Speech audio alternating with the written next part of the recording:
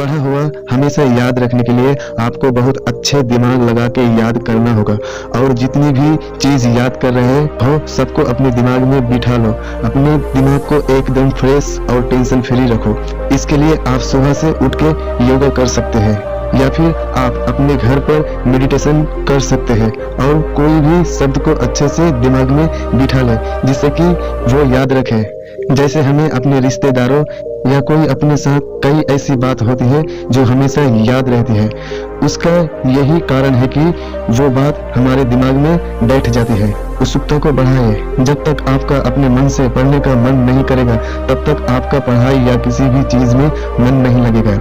इसलिए पढ़ाई करने के आपका मन होना बहुत जरूरी है, नहीं तो आपको याद नहीं होगा। और अगर थोड़ा बहुत याद भी हो जाएगा तो थोड़ी देर में भूल जाओगे। इसलिए अपनी अंदर की उत्सुकता को बढ़ाए। हेलो फ्रेंड्स, मैं हूं आरजे और स्वागत करता हूं आप सभी का मेरे RJ knowledge and fact YouTube channel पर। तो चलिए दोस्तों, वीडियो को आगे बढ़ाते हैं।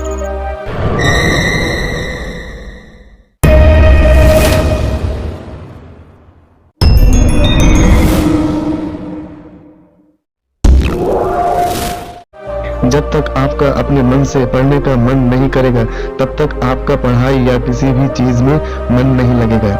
इसलिए पढ़ाई करने के आपका मन होना बहुत जरूरी है, नहीं तो आपको याद नहीं होगा। और अगर थोड़ा बहुत याद भी हो जाएगा तो थोड़ी देर में भूल जाओगे। इसलिए अपनी अंदर की उत्सुकता को बढ़ाए। ऐसा करने से जल्दी याद होने लगेगा। ये शब्द बहुत ही खतरनाक है। टेंशन एक ऐसी चीज है जो इंसान को अच्छे से खाने तक नहीं देती है। इसलिए कभी भी पढ़ते समय या कुछ भी याद करते समय किसी चीज का टेंशन मत लीजिए। जैसे एग्जाम का टेंशन कभी भी ना ले। आराम से रिलैक्स होके माइंड फ्री करके याद करें। ऐसा करने से आपको बहुत जल्दी याद होगा। शांत जगह पर ही पढ़ाई करें। पढ़ाई करते समय कभी भी हमें किसी शोर वाली जगह पर नहीं पढ़ना चाहिए। अगर आप शोर वाली जगह पर पढ़ोगे तो आपका कभी भी पढ़ाई में मन नहीं लगेगा और दिमाग डिस्टर्ब होगा और आपको चिढ़ आने लग जाएगी। इसलिए कभी भी पढ़ाई करने के लिए, याद करने के लिए शांत जगह पर ही पढ़ाई करें, बहुत जल्दी याद होगा। रात को सोने से पहले पढ़ना। जैसे कि आपको पता ही है कि हम सो जाते हैं फिर भी हमारा दिमाग नहीं सोता है, वो चलता रहता है। हमने दिन भर में जो काम किए रहते हैं वो दिमाग में चलता है। वैसे ही अगर आप सोने से पहले कोई ऐसा सब्जेक्ट पढ़िए जो आपको बहुत हार्ड लगता हो।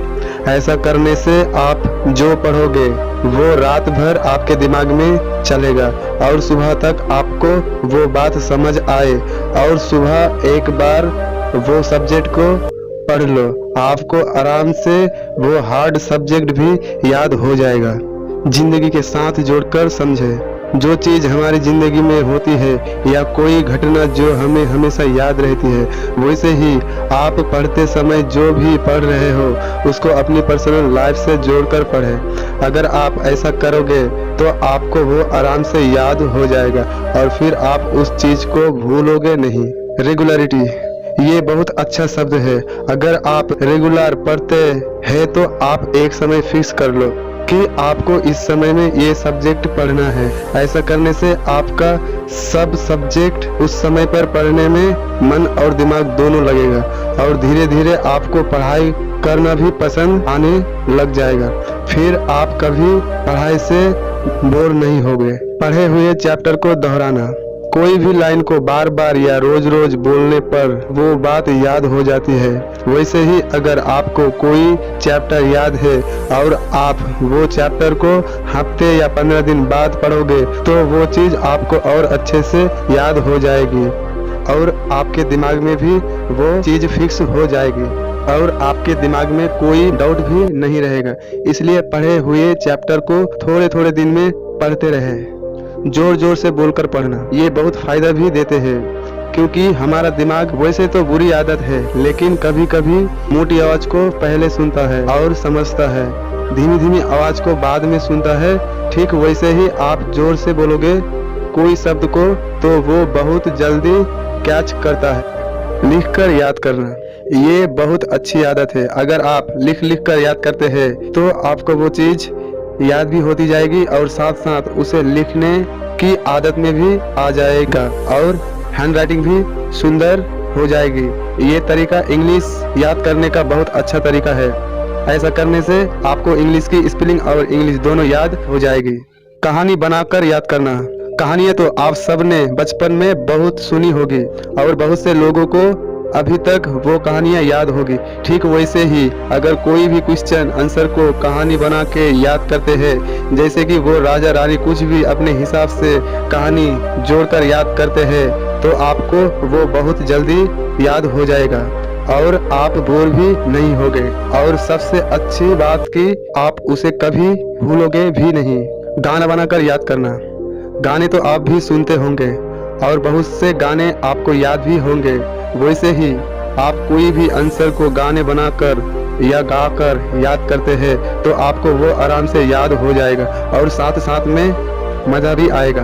अगर आप चाहे तो आंसर को गाना जैसे बना के उसको मोबाइल में रिकॉर्ड कर लीजिए और उसको बार बार सुने। ऐसा करने से भी आपको बहुत जल्दी याद होगा, क्योंकि कान से सुना हुआ बहुत जल्दी याद होता है। पढ़ाकर याद करें। अगर आपके घर कोई छोटा बच्चा है या आप कोई भी अपने से छोटे को पढ़ाकर याद कर सकते हैं। मतलब आपको वो आंसर क्वेश्चन को उसको समझाना है। अगर आप उसे वो आंसर को समझाओगे तो आपको वो आंसर क्वेश्चन याद और समझ में आने लग जाएगा। रुक रुक कर याद करना।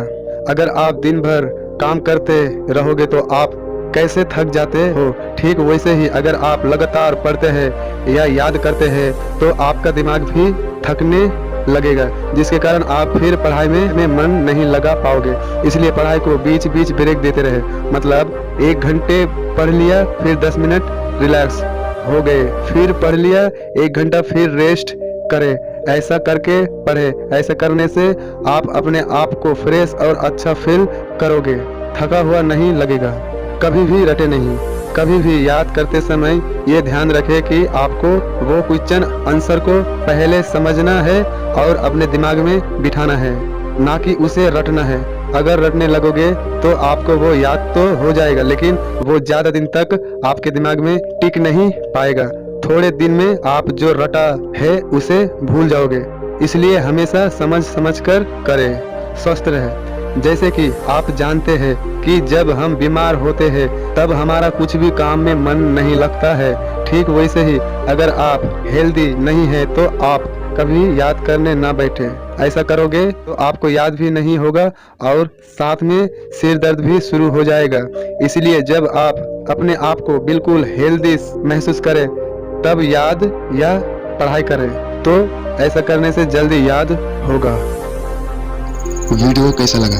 अच्छा लगे तो लाइक कर देना, कमेंट बॉक्स में जाके कमेंट कर देना और हो सके तो अपने दोस्तों के साथ भी शेयर कर देना ताकि उनको भी नॉलेज मिलता रहे।